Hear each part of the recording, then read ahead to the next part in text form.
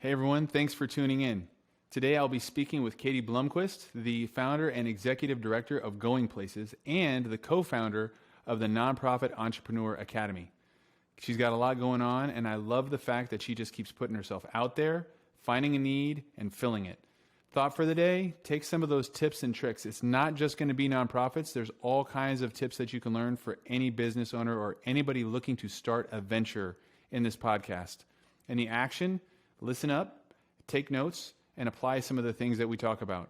We go through some challenges and ways to surmount those challenges in terms of starting and growing a nonprofit. But really, again, those can be applied to any business venture. So apply some of those things, especially towards the end.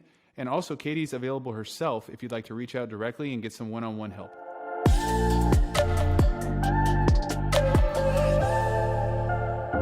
Well, we're here with Katie. Katie, thanks for joining us. Yeah, appreciate having you here. You bet. So let's get started. Why don't you break down kind of the two entities, your nonprofit and then your business as well. Sure. Tell the people what you got going on. Sure. Don't we talk to you or this way? Either way, it doesn't matter. Okay, well, I have a nonprofit called Going Places, and we provide disadvantaged kids with their most basic childhood right, which is a right to joy. And we do that by providing every single child at once in the low-income elementary schools with the new custom bike. So we're giving 400, 600 bikes at once to every child. So awesome. I've been doing that about 4.5 years. And then I also founded an LLC. And in my LLC, I have a business partner who's in the UK.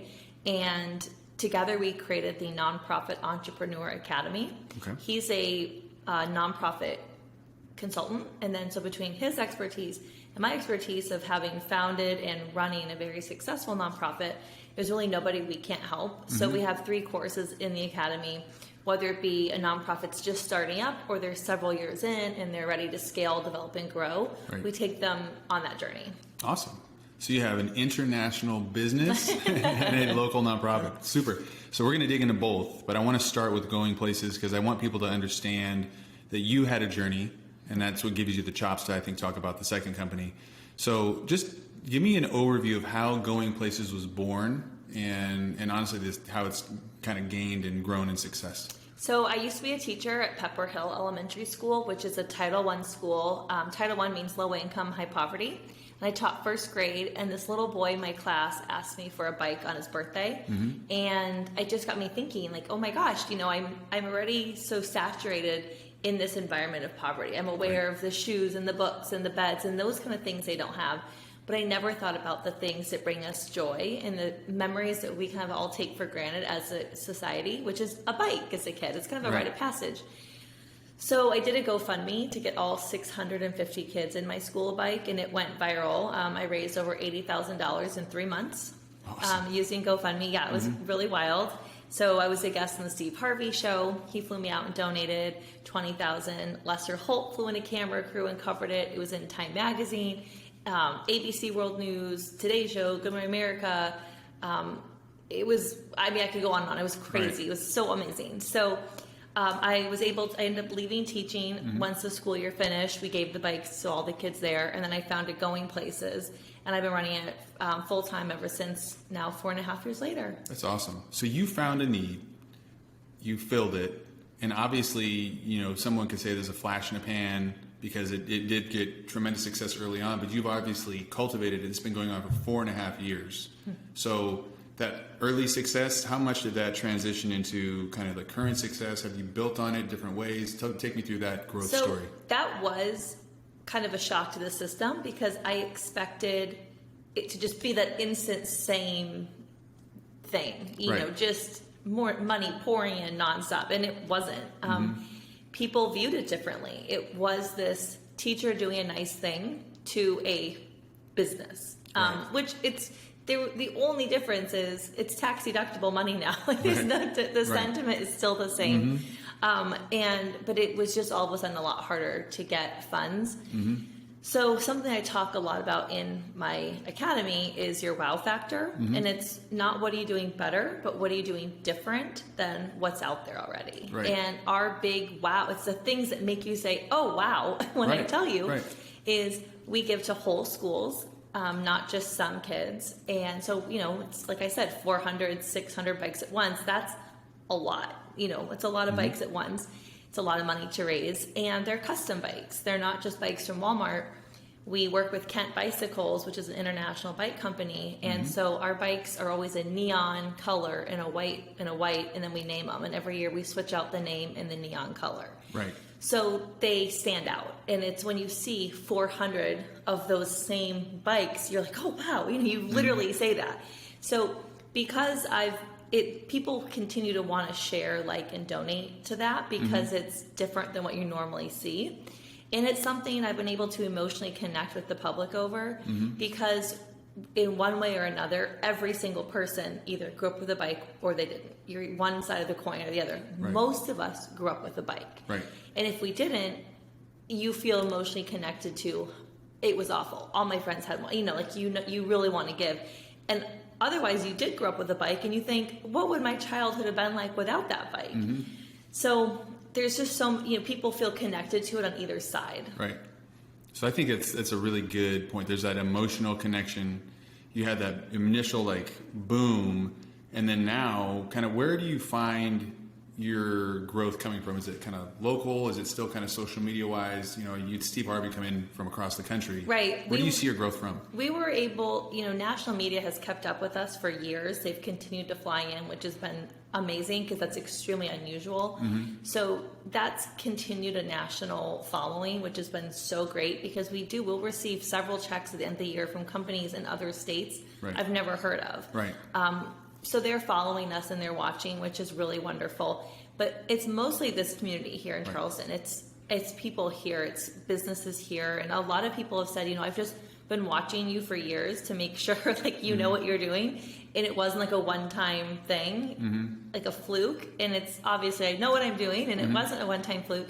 So a lot of them are like, okay, now I feel comfortable attaching our logo, our name, our reputation, and our money to you. Right. So it's just been constant networking and constant, proving myself to people and then getting the right people around me. Developing the right board is huge.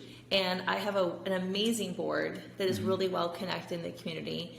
And I strategically picked people for whatever their skill, talent, connections are. Right. And they're proving themselves like the right pick because they are really, it's not just all me, they are connecting with people who trust them in their decisions. So they're like, okay, well, if you say they're great, then I want to be part of this. Right. So did you learn all of this, through the School of Hard Knocks, or did you have a mentor when you were doing all this early on? A little bit of both. The GoFundMe was I built the plane while I flew it. And I just found I was really good at public speaking, and I found I was really good at connecting with people. And those were the two things. That's just what I needed to get this going in the beginning. And then I was just doing a lot on my own. And then I met someone Adam White, who used to be the executive director and co-founder of Chase After a Cure, and he did that for 10 years. So he had left there and just wanted to start helping me. So he actually joined our board for the past 3 years. His board term was up, but we're still really good friends. And he helped me a lot with just little things I didn't know about permitting for permits for events and different board development things like that I just didn't know. But when it came to media and getting out there in the public, that was stuff I just sort of was naturally good at. I just did. Right. It felt instinctual. That's your skill set. Yeah. And then you kind of surrounded yourself with people that have the other skills to complement what you got going on, and it grows. So part of the reason I want to pivot a little bit, part of the reason I wanted to have you on is, being in kind of the wealth management space, people inevitably have more than enough money. And I don't want to say, and they don't like paying taxes, but they don't like paying taxes. So, people look at nonprofits and they say, hey, I want to donate a little bit, which is an easy, take a look at some, and that's an easy give to Going Places. But sometimes the ability to give supersedes a little check, and people have a passion to want to give. So I want to dive into your other business venture and talk a little bit about, now you have a desire to help others kind of build something or grow as a nonprofit. So take me through kind of what you're doing for the people that are I'm considering setting one of these things up and I want to learn a little bit. I want to talk about your academy. I want to talk about how that helps other nonprofits and maybe give them some nuggets that they can chew on from this as well. So take me through what the Academy even is and, the focus and the passion behind it. Sure. So like I said, my business partner, Kev Kyatt, he lives in the UK. Mm-hmm. He's a nonprofit consultant, and he works with like really high level nonprofits. Like he's worked with like whole school districts, because they're technically a nonprofit. And I've obviously founded Going Places, and so I know, a lot of consultants know how to help the nonprofits grow, but they didn't actually do the legwork founding it. A lot of executive directors will come into a nonprofit. They know how it works. They know how to run it, but they weren't actually the one that founded it. And from just me sitting alone at my computer on day one being like, okay, now what? Like I had to figure it out and build these people around me. So I have this unique insight that a lot of people don't have. Mm-hmm. And so, especially because it has become successful, there's just things I've seen myself do I don't see other nonprofits doing. And so together, there's just no one we can't help. So really, nonprofits that are just starting out, all the way to several years in, and they're like, okay, we're ready for that next higher level. So we have video lessons that the first 2 are 90 days, the third course is 120 days, and they're video lessons. So you watch them on your own time, mm-hmm. and then we have weekly one-on-one coaching sessions via Zoom with he and I, where we can more curtail the lesson to what you're actually doing, but mm-hmm. we provide lesson worksheets, downloadable templates. So for instance, we provide you with like your bylaws, so you can just edit them for like your nonprofit, but we give you it. It's been my lawyer created mm-hmm. it and gave it to, that's what we use. Mm-hmm. We give you your agenda for your board meetings, every document you'll need in it, what your budget should look like, because a nonprofit budget looks very different than a for-profit budget, and not everyone knows that. Year 1 looks different than year 3 budget. So we give you those templates so you can just fill them in and not have to like, oh, what do I do?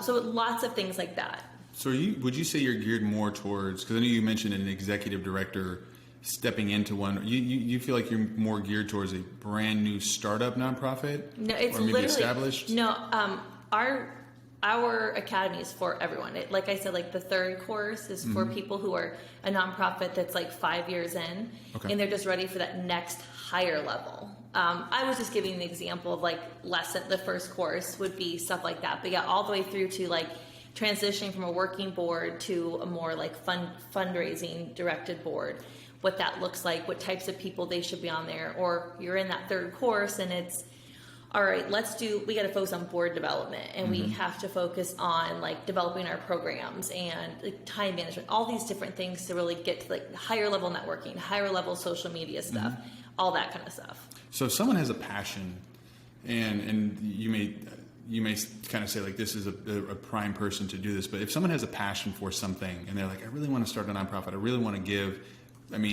let's say they're not a good public speaker, like you're a great public speaker, you get out there, you're great at networking. What if they don't have those attributes? Is this something that anybody can do? Or you say like, if you have these skill sets, it might be a little easier for you. If you don't. So, I would never discourage anyone from starting a nonprofit. I would say, one, it's always better if the founder is the face of the nonprofit, because it's your passion that's starting this. Right. And so you obviously have a personal story, and that personal story is what the public is going to connect with, mm-hmm. Because it probably involves someone who, the type of mission your nonprofit's helping is you have a connection to someone who's been affected. So people want to hear that story from you. I would always recommend taking like a public speaking course, and just practicing and remembering that, you're not selling a product. This isn't about you. It's about someone else. So when you remove yourself from it, I have no problem asking someone for money. That's not for me. Like I'm not benefiting from that money. Right. It's like for disadvantaged children, so it doesn't offend me if someone's like, no, because it's not about me. And so removing yourself from the equation makes it a lot easier. Mm-hmm. But if you really, really just hate it, especially when it comes like going on the news, like mm-hmm. being on camera, have someone else be the consistent face to represent your nonprofit and have them go speak on your behalf when like you're on the news. I would say at events and stuff, you should be the one speaking, but when that's like another level on camera. Right. So just choosing someone who's very connected to it as well, and have them just be consistently the face, because people want to recognize the same face. Right. So what I'm hearing is that it's possible. Yes. And it's not like just the Dumb and Dumber. Long story short, there's it is a chance. Possible. Right. Yeah. Perfect. Okay. No, it's good. And I know that people are, definitely afraid of public speaking. I do think a course would help. But I mean, if I can do it, and I feel like anybody can, they threw me in front of 300 people, early in my career. And I was like, oh my gosh, this is like crazy. But after you do it once, it does get easier. I mean, there's lots of like free resources out there. I didn't take a public speaking course because I found if I'm talking about something I know every answer about my nonprofit. It's mine. I created it. Right. If you put me up there and have me speak about something I don't know that much about, then of course I'll be more nervous. Right. But there's nothing to be nervous about because I could answer every question. Right. And so I find it's different. I think people equate public speaking to maybe something they don't know a lot about, giving a speech that they've tried to memorize or read. It's just different things. But I actually there was a lot of free course, like seminars or nugget, hour-long classes with, what was that? The big famous public Tony Robbins? No. Shoot. Well, anyways, just Google like tips. Literally, like go to YouTube and like Google public speaking tips. Just throw names out. We'll eventually get there. Google public speaking tips and record yourself in your room alone talking about the nonprofit. Get up and give a 30-second elevator pitch. Give the spiel. Pretend you're presenting to a room of people and record yourself and watch the things that you do over and over. Right. And then apply those tips and try it again. And, because like they say, you want big hands because, it's standing stiff and straight is not good. And you feel like you're being too animated, but you aren't ever. It's not too animated. It's more engaging. Right. So things like that, you just have to look at like, oh, okay, that's not as crazy as it felt. Right. I think you hit a really good point when you were talking about it too. When you're speaking about something or really when you're speaking about something that you know and you're passionate about, it's almost impossible to, for anybody of any, shyness or whatever, to go wrong. Yeah, people light up when they're talking about something they're like about. attracted to the passion. Yeah. It doesn't really, you can be meek, but saying it with like real force, and people are like, I want to learn more. Right. I remember sitting with a guy who was talking about parking in Charleston. For anybody that's in Charleston, like listening, you go downtown, the meters and everything, he had this brilliant idea, and I listened to it for like an hour, talk about how to and this was his vocation, parking. And I was like, oh my gosh, he found out a way to make the city like $1 million and cut out, 4-meter cops and then have them go to like beautifying the city. And I'm like, this is fascinating. I'm like, parking for like an hour. And he said, we can talk about parking for an hour.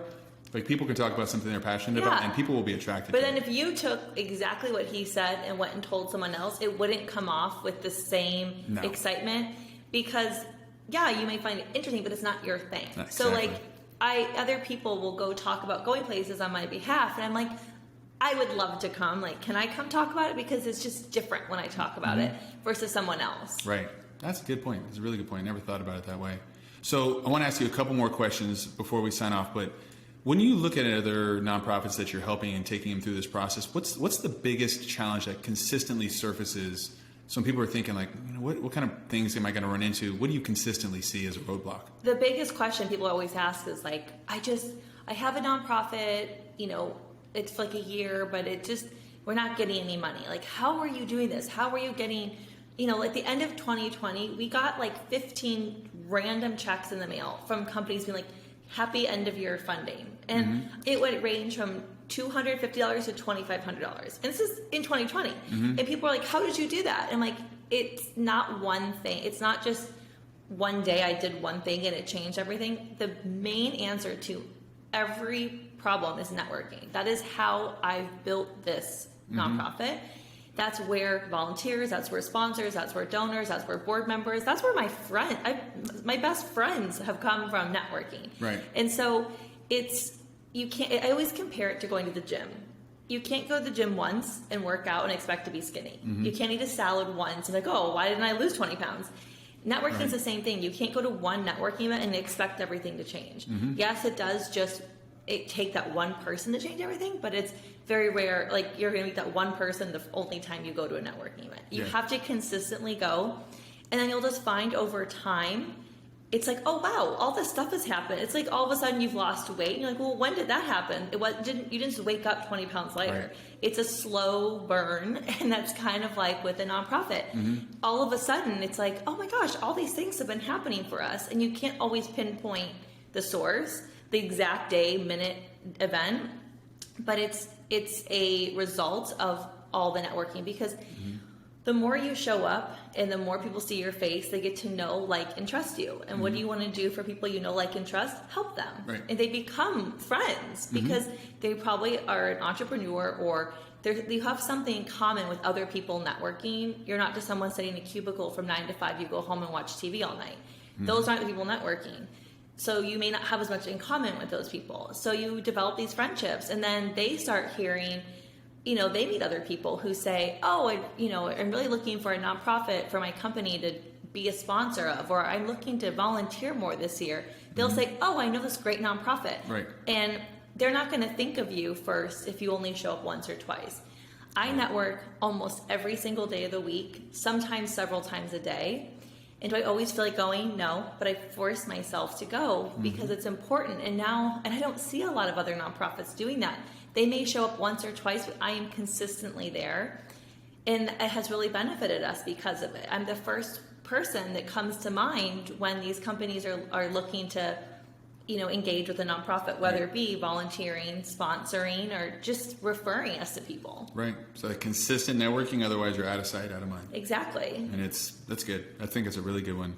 So, I was going to ask you for a nugget. That might be the nugget. So give me I'll give you another one. Yeah. Yeah. So social media is the other big one. Sure. I've actually begun by teaching. Like, people reach out to me, like, College of Charleston has reached out to me to hire me.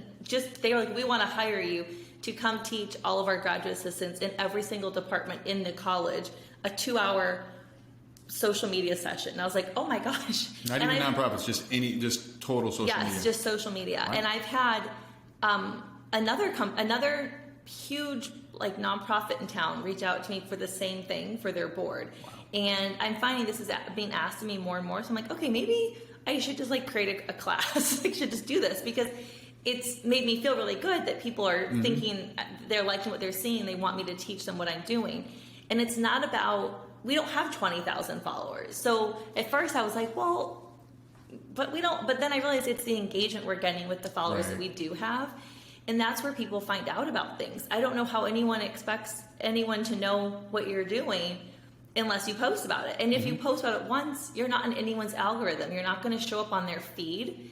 So my personal account and my nonprofit account, I post nonstop. And in my Instagram story, everyone who follows me says the minute they open it up, I'm that first circle waiting with a new story to show, which is what I want, because I post personal stuff, but I also post important work stuff. So they're getting both. And with Going Places, it's the same way. I'm just constantly posting. And you can schedule this stuff out on social media calendars. And there's so many different, I have a whole course on it now. So a whole workshop. So there's, Instagram Reels. Is it in the nonprofit So there's Academy? not the in-depth. This is like a 2-hour class I've developed. In the course, we go through a lot of it over all 3, because the first course is lower level stuff, and then by the third one it's higher level stuff. Right. So probably all of it is between the 3 courses. But if anyone's interested in just a one-time, just social media, and that applies to all businesses, it's not just nonprofits. I'm available for that now. That's awesome. It fell into my lap. Do people have to take a nice big long vacation in Charleston, go to College of Charleston? Well, no. I teach this. No, so the course is just for the grad assistants from the college. Right. But I now teach, because I've just been asked so much. I've now developed this course I could do virtually or come in and teach in person. That's awesome. To any business. Yeah, that's actually really good. I think a lot of people, if they make it to this part of the show, if they hear that, it's so important, because it's not just a nonprofit thing. And I can tell you, we were trying to uptick our social media, and it is a cavern trying to figure it out. And I think, to your point, you kind of got the blend of, kind of the personal and the business and the cadence and all that. And that's, there's invaluable. Insight, reading your social media insights, and with, just hashtags and tagging people and checking into places and sharing, and Instagram Reels and the story. There's just all this stuff that there's a method to the madness. Right. And a lot of it's trial and error, but if someone can just tell, again, it's like, here's what to do. Mm-hmm. It's a lot. I mean, I have a social media intern for Going Places. Right. Because I can't keep up with, I also have like a Taco Bell Instagram account. Because as you see, I have this bracelet on. Like, I'm obsessed with Taco Bell. Anyone that knows me knows. I just have a lot of social media accounts to keep up with. But with Going Places, you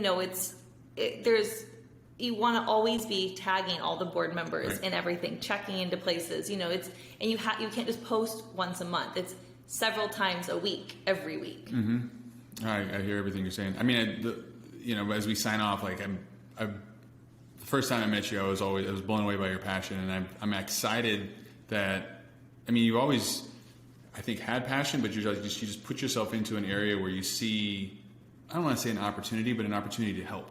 So it's like I want to help people, whether it's bicycles with Going Places, or what it was just like nonprofit help in general, mm-hmm. to social media help. It's like you're just like, I'm just gonna put myself out there to help, and I think you have some really good wisdom and nuggets. So thanks. I just encourage people to, if they're listening, like reach out if you have questions on any of these things.